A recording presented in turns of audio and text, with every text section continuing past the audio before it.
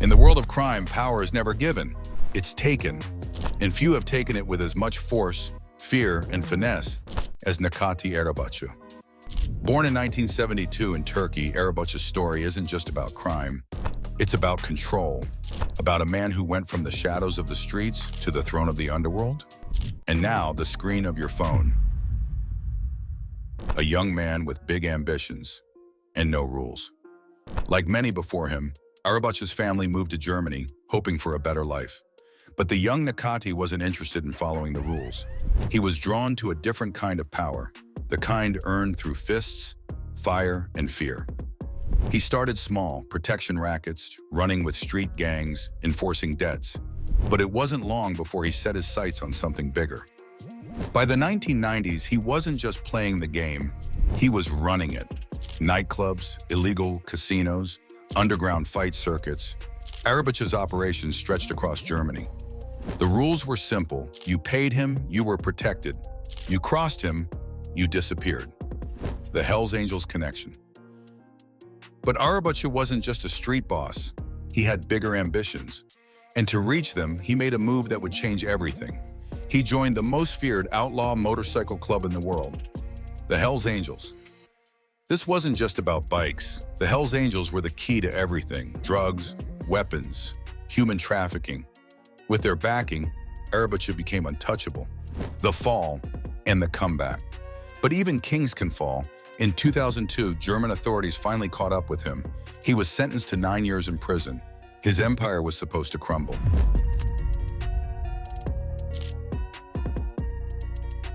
But some men don't break, they adapt. And when he got out, he had a new plan, one that would take him far beyond Germany and into a new kind of power. The next chapter in Arabaci's life wouldn't be written in blood, but in cliques. The Hells Angels and the criminal network. A biker gang?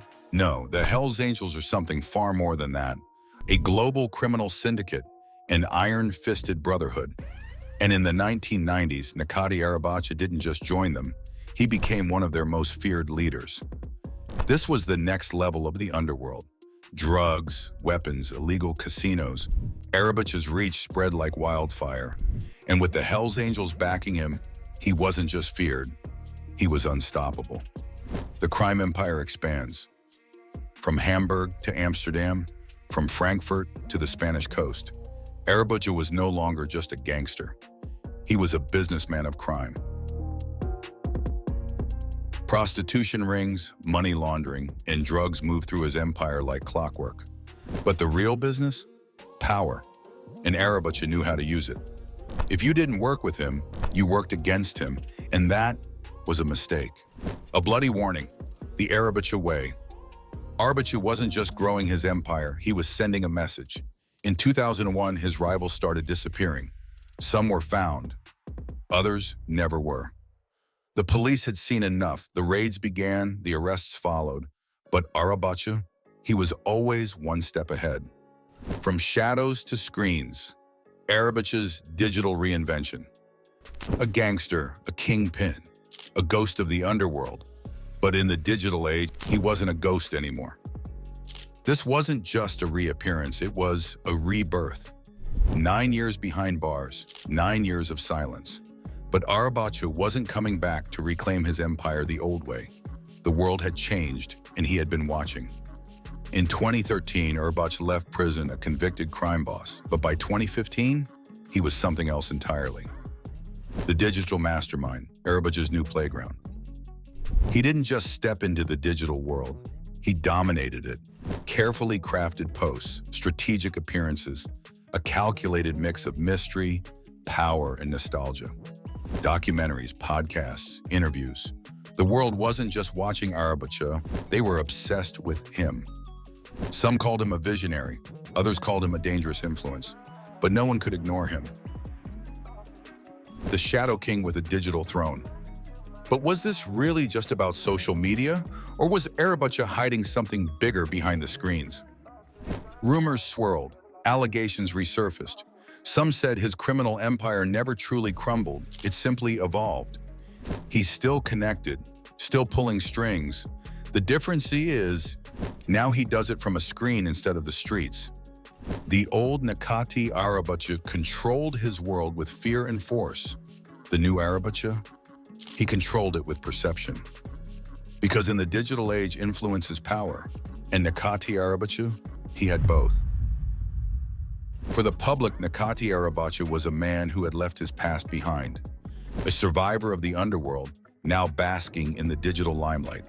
His Instagram showed luxury, his interviews hinted at wisdom, and his message was clear: success, power, and reinvention. But was this just a carefully crafted illusion, or was the former crime lord simply changing his battlefield? People think he's just some influencer now, but he's still running the game, just in a different way. Instead of the streets, he's controlling things from screens, and no one sees it coming. To the authorities, Arabaci was just another ex-criminal enjoying his second chance at life. But behind the scenes, law enforcement suspected something else entirely, that he had found a new way to build an empire.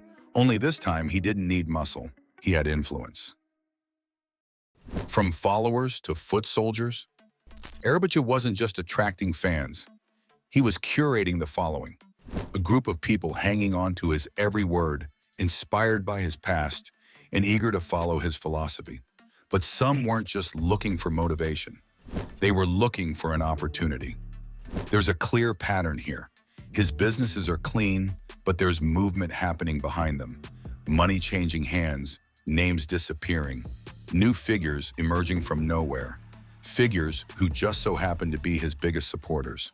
It wasn't just admiration, it was something far more dangerous. Loyalty. A loyalty that was shifting from hero worship to real-world action. What had started as motivational speeches and cryptic posts was evolving into something structured, something organized. At first, it's just talk. You know, guys humping each other up, talking about getting rich, building power. But then, some of them start getting instructions. Who to meet, where to go, who to trust, the right people, the right investments. It's all there, hidden in plain sight. For years, authorities tried to pin down Arabaci's continued influence. But the old ways of tracking organized crime no longer applied. There were no phone taps on whispered calls in alleyways, no intercepted shipments in hidden compartments, no physical meetings under the cover of night. Instead, it was a different battlefield, one that left no fingerprints, only digital breadcrumbs.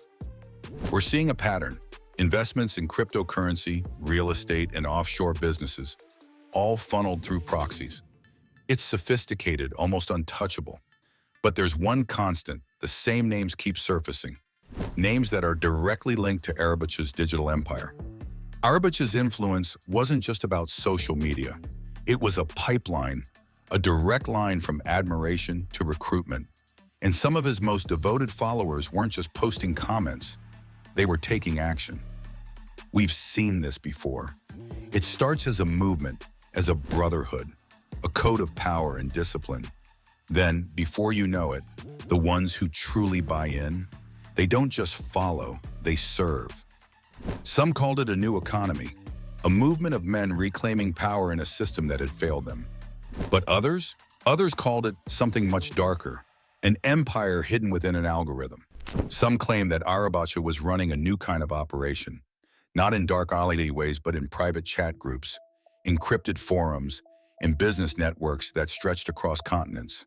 His reach was no longer limited by borders. The digital age had given him global control. The clean business fronts. To the world, Arabaci was a businessman now, a public figure, a mentor for the hustle culture. He spoke about discipline, power, and control.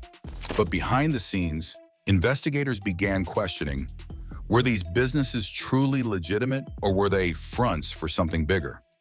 This was where the real power circulated, not in street corners or back alleys, but in exclusive lounges and boardrooms. Arabaci's businesses weren't just financial ventures.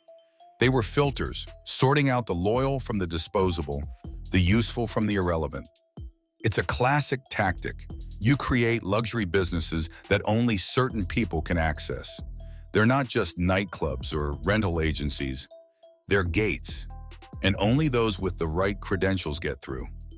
To the public, it was all above board, But behind closed doors, these businesses became recruitment hubs, a proving ground, a place where trust was built, tested, and, if necessary, eliminated. If you're in, you're in. You show loyalty, you move up, you prove yourself useful, you get opportunities. But if you ask the wrong questions, if you hesitate, you don't get a second chance. Disappearances don't always mean bodies. Sometimes they mean erasure. Men who once had rising careers, promising ventures, gone overnight. Their digital presence wiped, their investments dissolved, their names never spoken again. This isn't just about money laundering, it's control. If your entire financial and social existence is built through his system, he can erase you with a keystroke. And that was the genius of it. You didn't need street wars when you had digital loyalty. You didn't need violence when you owned someone's future. It's not about what he owns, it's about who owns it for him. His name isn't on the paperwork, but his influence? Undeniable. He knows how to stay in the shadows. Everywhere he went, there were whispers. Businessmen who suddenly rose to power, influencers who built suspiciously fast-growing brands, companies shifting money at impossible speeds. Was it all just a coincidence? Or was Arabaci operating a silent empire hidden in plain sight? People say you never really left the underworld, just moved it online. What do you say to that? People say a lot of things, doesn't make them true. Was he just capitalizing on the legend of his past? Or was he quietly running a new kind of empire, one built on influence instead of bullets? One thing was certain, Arabaci's story was far from over, and the world was still trying to figure out whether he was truly a man who had changed or a mastermind who had simply evolved. The unfinished business. No matter how far you run, how high you climb, the past always finds a way back to you. For Necati Arabaci, the question was never if it would happen, but when. And when it did, it wasn't just a whisper in the dark. It was a reckoning. For years, his name kept popping up in surveillance reports, financial transactions, offshore holdings. But every time we got close, the trail went cold. Interpol has reopened an investigation into suspected organized criminal activities linked to past associates of Necati Arabaci. While no direct evidence ties him to recent illegal dealings, authorities believe his network of influence may extend far deeper than originally believed. Arabaci? He's smart. Smarter than all of us. You think he just disappeared? No, man, he's just playing a longer game. But trust me, in this world, you don't get to walk away clean. We believe certain individuals, who we cannot name at this time, are still orchestrating operations from behind the scenes. The structures remain intact. The leadership? That's the real question. A man like Necati Arabaci doesn't just disappear. He leaves echoes, fragments of unfinished business, hidden in forgotten corridors, buried under names that no longer exist. But the past never stays buried forever. For years, Arabaci played the game with precision, vanishing before the pieces could fall into place. But every empire has weak spots. And it wasn't his businesses. It wasn't even his rivals. It was something far more dangerous. Loyalty. Loyalty is the only thing more dangerous than betrayal, because sooner or later it demands repayment. The world had changed, but some debts never expire. And the ones Arabaci owed, they had just come knocking. A war in the shadows. Power does not fade. It lingers, waiting for a moment of weakness, a single crack in the foundation to reclaim its hold. And in the world Arabaci had built, nothing ever truly disappeared. While the world believed he had vanished, those who understood the game knew better. His name was a ghost in financial systems, his influence woven into the very fabric of illicit trade routes, untouchable by ordinary law enforcement. But shadows do not move without a source. Somewhere behind closed doors, figures who had once stood beside him were recalculating their positions. Silence in the underworld is never a sign of peace, only the calm before a shift in power. The whispers had started again, spreading across continents, high-rise meetings behind tinted windows, Cryptic messages exchanged in back rooms of exclusive clubs, money flowing in unexpected directions, shifting control from one set of hands to another. Some still saw him as a threat, others as a loose end. Across Europe, dormant accounts linked to his old operations were quietly being activated. Forgotten assets were moving, names that had remained buried under layers of deception were suddenly resurfacing. But the game was different now. It was no longer about control, it was about survival. And in this game, the only certainty was that no one remained untouchable forever. The ticking clock. Time is the only currency that cannot be laundered, cannot be hidden, cannot be reversed. And for Arabaci, it was running out faster than ever. In the underworld, control is measured in moments. A second too late, a hesitation too long, and everything unravels. The past had been patient, but patience always has a limit. The weight of unfinished business had begun to press down, tighter and tighter, the walls closing in from all sides. Every move now carried consequences. Every ally had the potential to become a traitor. And those who had waited in silence, watching, waiting, were finally making their play. At the highest levels, unseen forces were aligning. Names that had once protected him were now considering the cost of that loyalty. The world was shifting under his feet, and for the first time in years, he was no longer the one in control. The downfall or just another evolution. As pressure from authorities mounted, Arabaci faced two choices: retreat further into the shadows or prove once again that he was untouchable. He's adapting. The man never stops moving. It's like playing chess with a ghost. You think you've got him cornered, and then he's 5 steps ahead. Then just as suddenly as he had risen, Arabaci vanished. His social media, inactive. His businesses, running without him. His name, nowhere to be found. Had he finally lost the game, or had he simply moved beyond it? The legacy of Necati Arabaci. Necati Arabaci's story is not just about crime, it's not just about power, it's about reinvention. A man who walked the fine line between the underworld and the mainstream, mastering both. He transformed from an underground kingpin to a social media icon, and maybe, just maybe, something even more dangerous. Because here's the truth no one wants to admit. Legends don't die. They fade, they evolve, and they resurface in ways no one expects. But fading is not the same as being forgotten. In evolution, it's not about surrendering power. It's about reshaping it, repurposing it, redirecting it into forms no one sees coming. Arabaci understood this better than anyone. A name like his doesn't vanish. It lingers. It clings to conversations whispered in backrooms, to the pages of classified reports, to the shifting numbers in offshore accounts that refuse to be traced.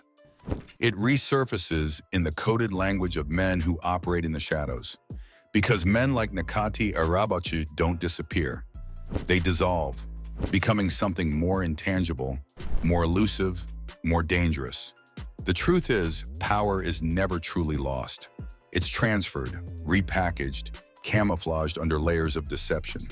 And if you listen closely, if you know where to look, you can still feel the tremors of his presence rippling beneath the surface. Some say he walked away, that he took his wealth, his connections, and vanished into the night. They believe he traded the thrill of control for the quiet luxury of exile. But those who understand the nature of power know better.